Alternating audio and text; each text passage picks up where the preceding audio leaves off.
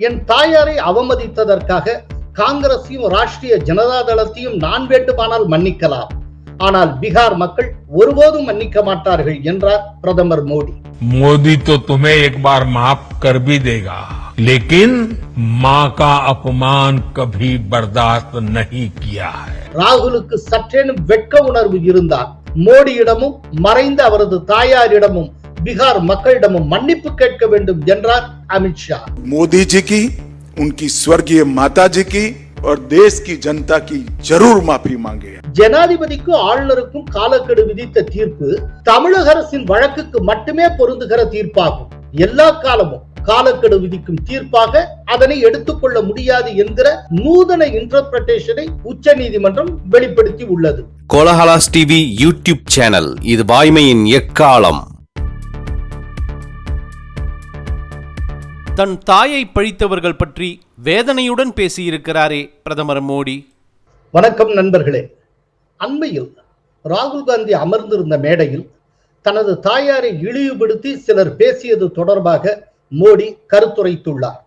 என் தாயாரை அவமதித்ததற்காக காங்கிரஸையும் ராஷ்டிரிய ஜனதா தளத்தையும் நான் வேண்டுமானால் மன்னிக்கலாம், ஆனால் பீகார் மக்கள் ஒருபோதும் மன்னிக்க மாட்டார்கள் என்றார் பிரதமர் மோடி. मोदी तो तुम्हें एक बार माफ कर भी देगा, लेकिन भारत की धरती ने मां का अपमान कभी बर्दाश्त नहीं किया है. பீகாரில் மக்களவை எதிர்க்கட்சி தலைவர் ராகுல் காந்தி நடத்திய வாக்குரிமை பயணம் அண்மையில் நிறைவடைந்தது. தர்பங்காவில் நடைபெற்ற நிகழ்ச்சியில் பிரதமர் மோடி மற்றும் அவரது தாயார் குறித்து அவதூறு கருத்துகள் தெரிவிக்கப்பட்டன. இந்த விவகாரத்தில் காங்கிரஸ் மற்றும் ஆர்ஜேடியை கடுமையாக சாடி வரும் பிஜேபி ராகுல் காந்தி மன்னிப்பு கேட்க வேண்டும் என வலியுறுத்தி வருகிறது. இந்த சர்ச்சை குறித்து பிரதமர் மோடி முதன்முறையாக எதிர்வினையாற்றியுள்ளார். பீகாரில் மகளிர் சுய உதவி குழுக்கான கூட்டுறவு சங்கத்தை காணொலி வாயிலாக செவ்வாய்க்கிழமை தொடங்கி வைத்து பேசிய மோடி, மறைந்த தனது தாயார் மீதான அவதூறு மிக வேதனை அளிப்பதாக குறிப்பிட்டார். அப்போது அவர் என்ன பேசினார் என்பதை பார்ப்போம். என் தாயார் என்ன தவறு செய்தார்? மறைந்த எனது தாயாருக்கு அரசியலில் எந்தவித தொடர்பும் கிடையாது. அவரை ஏன் எதிர்க்கட்சிகள் அவமதிக்க வேண்டும்? அவர் என்ன தவறு செய்தார்? मेरी उस मां को, जिसका राजनीति से कोई लेना देना नहीं, जिसका शरीर भी अब नहीं है, मेरी उस मां को आरजेडी कांग्रेस के मंच से भद्दी भद्दी गालियां दी गई. माताएं बहनें, मैं देख रहा हूं आपके चेहरे, आपको भी कितना दर्द हुआ होगा. मैं देख रहा हूं कुछ माताओं के आंख में आंसू मुझे नजर आ रहे हैं. ये बहुत ही दुख देने वाला है, कष्ट देने वाला है, पीड़ा देने वाला है. பாரத தாயையே அவமதிப்பவர்களுக்கு எனது தாயார் ஒரு பொருட்டல்ல, அவர்கள் தண்டிக்கப்பட வேண்டும். பீகார் சீதாதேவியின் மண். பெண்களுக்கு எப்போதுமே மதிப்பளிக்கும் நிலம் இது. ஆர்ஜேடி காங்கிரஸ் மேடையில் எனது தாயாரை அவதூறாக சிலர் பேசியுள்ளனர். இதுபோல நிகழும் என நான் கற்பனையிலும் நினைத்ததில்லை.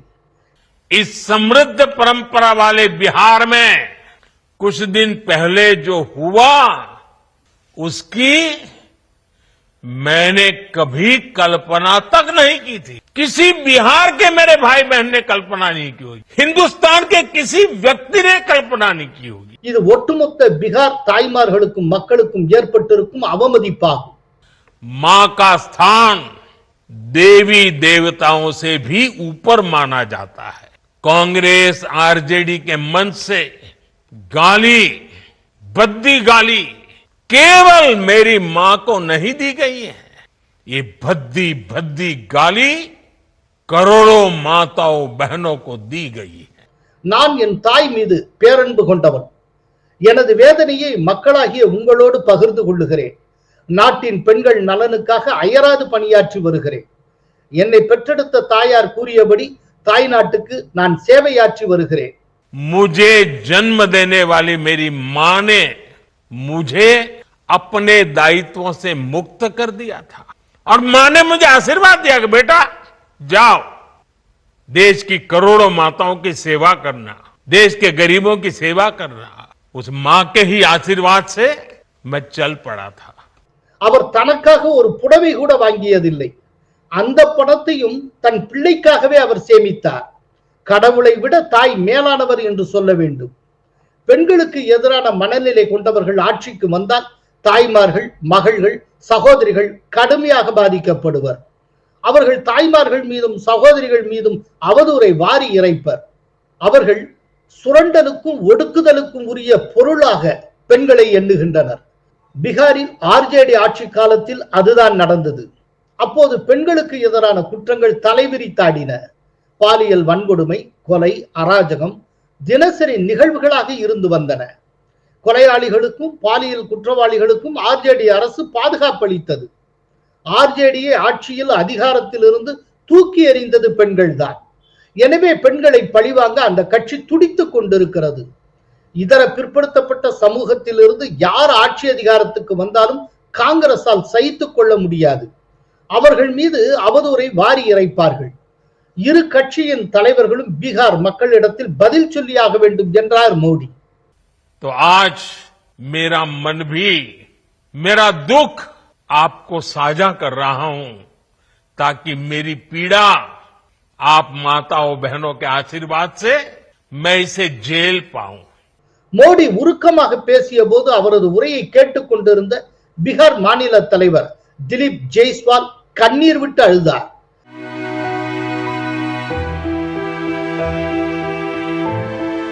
ராகுலுக்கு சற்றேனும் வெட்க உணர்வு இருந்தால் மோடியிடமும் மறைந்த அவரது தாயாரிடமும் பீகார் மக்களிடமும் மன்னிப்பு கேட்க வேண்டும் என்றார் உள்துறை அமைச்சர் அமித்ஷா. ये घुसपैठिया बचाओ यात्रा जो उन्होंने बिहार में निकाली है, उसमें राहुल गांधी के स्वागत के मंच पर से नरेंद्र मोदी जी की स्वर्गीय माता जी के लिए अपशब्द बोलकर सबसे घृणित काम कांग्रेस के नेताओं ने किया है. और मैं आग्रह भी करना चाहूंगा राहुल गांधी जी के कि जरा भी शर्म बची है तो मोदी जी की, उनकी स्वर्गीय माता जी की और देश की जनता की जरूर माफी मांगे. மோடியின் தாயார் குறித்து இழிவாக பேசியவர்களை இதுவரை ராகுல் கண்டிக்கவில்லை. ராகுலுக்கு வெட்கமில்லை என முன்னாள் அமைச்சர் ரவிशंकर பிரசாத் விமர்சித்திருக்கிறார். लेकिन मोदी जी की मां, जिन्होंने गरीबी में बर्तन मांज के अपने बेटों को, परिवार को पढ़ाया, वो प्रधानमंत्री हैं, आप उनको भी नहीं छोड़ेंगे? राहुल गांधी, आप में इतनी भी शर्म नहीं बची है कि एक बार कहते कि वो हमारा कार्यकर्ता नहीं है, अगर है तो हम कार्रवाई करेंगे? अभी तक या उस घटना की हम निंदा करते हैं?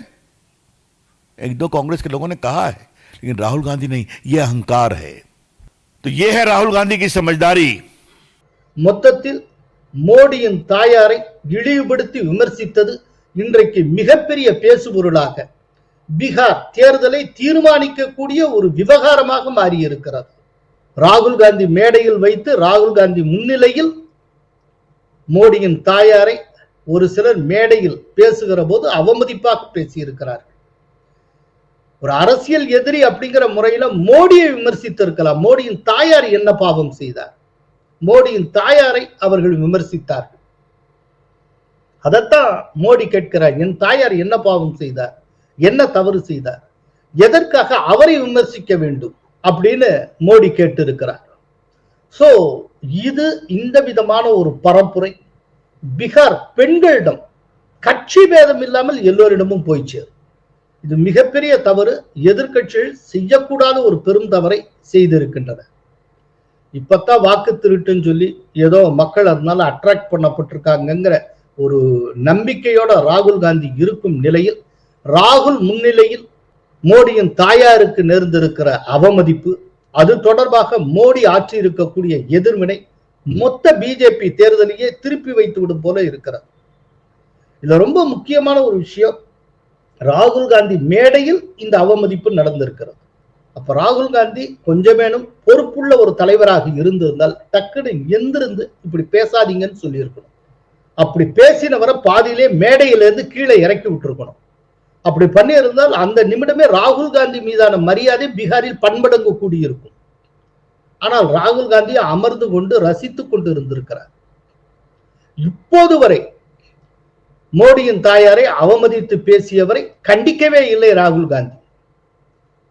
அதைத்தான் ரவிशंकर பிரசாத் சுட்டி காட்டி இருக்கிறார்.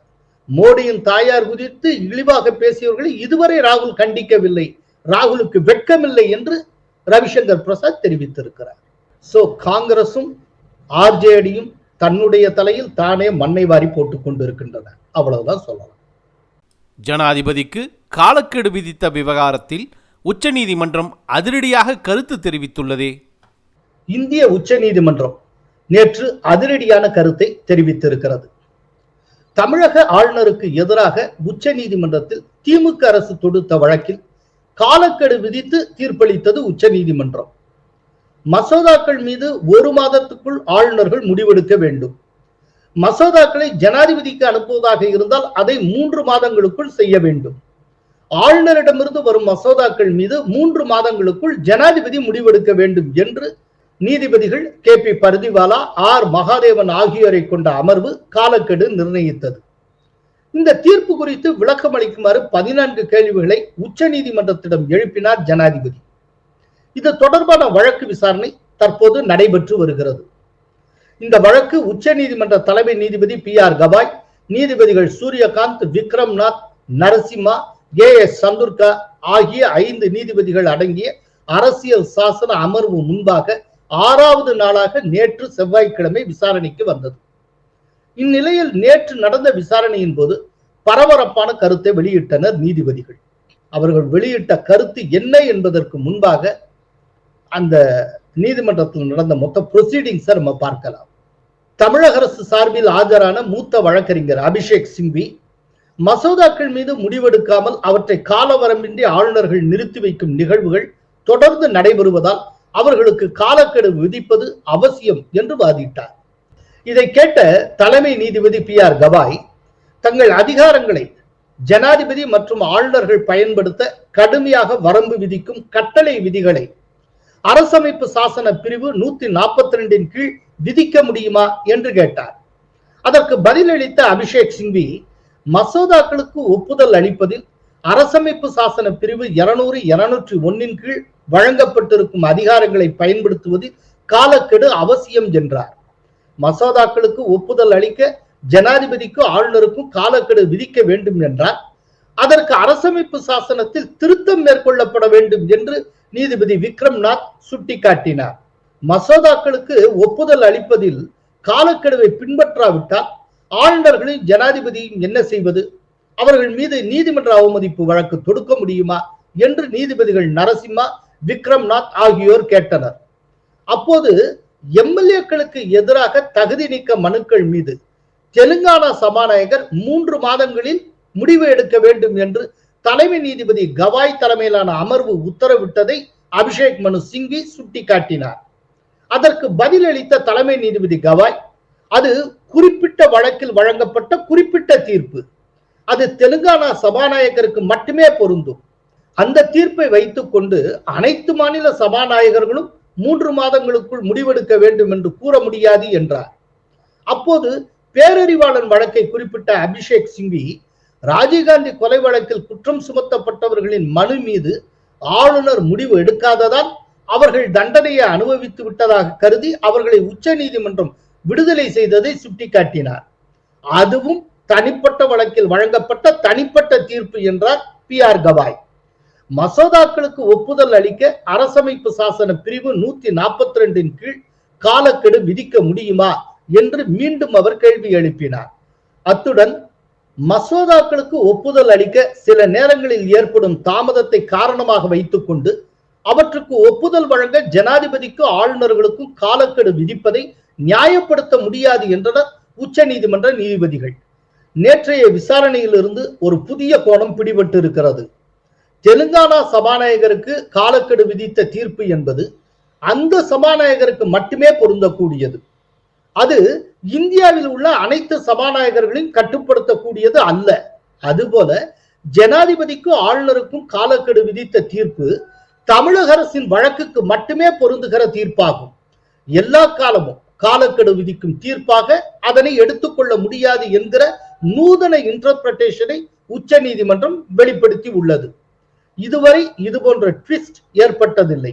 உச்ச நீதிமன்றத்தின் கருத்துரை திமுக அரசின் நிலைப்பாட்டுக்கு எதிராக உள்ளது என்பதை நாம் கவனிக்க வேண்டும். ஆனா இந்த இடத்துல ரொம்ப ஒரு எச்சரிக்கையா ஒண்ணு சொல்ல விரும்புறேன். இது எல்லாமே உச்ச நீதிமன்றத்துல நீதிபதிகள் வெளியிட்டு இருக்கக்கூடிய அப்சர்வேஷன், கருத்துகள் தான். இந்த அப்சர்வேஷனே தான் இறுதி தீர்ப்பாக வரணும்னோ இல்லாட்டி உச்ச நீதிமன்றத்தின் இறுதி முடிவாக இருக்க வேண்டும் அப்படின்னும் அவசியம் இல்லை. இது அந்த உச்ச நீதிமன்றத்துல வழக்கு விசாரணையின் போது குறிப்பிட்ட லாயர்ஸுக்கும் நீதிபதிகளுக்கு இடையில நடக்கிற இன்ட்ராக்ஷன்ஸ் போது நீதிபதிகள் இயல்பாக வெளிப்படுத்தக்கூடிய கருத்துகள். இந்த கருத்துகளே முடிவாக இருக்கணும், தீர்ப்பாக இருக்கணும் அப்படின்னு அவசியம் கிடையாது. இருந்தாலும் இந்த கருத்துகளுக்கு ஒரு வலிமை உண்டு, அதை நாம் மறந்து விடக்கூடாது.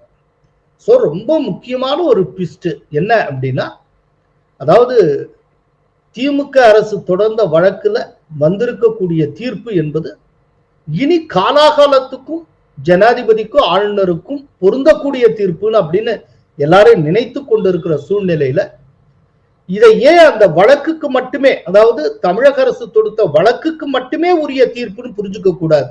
அது காலாகாலத்துக்கும் ஜனாதிபதிக்கும் ஆளுநருக்கும் காலக்கெடு விதித்ததாக ஏன் புரிந்து கொள்ள வேண்டும் அப்படிங்கிற ஒரு ரொம்ப ரொம்ப முக்கியமான வைட்டல் கொஸ்டினை உச்ச நீதிமன்ற நீதிபதிகள் எழுப்பியுள்ளனர்.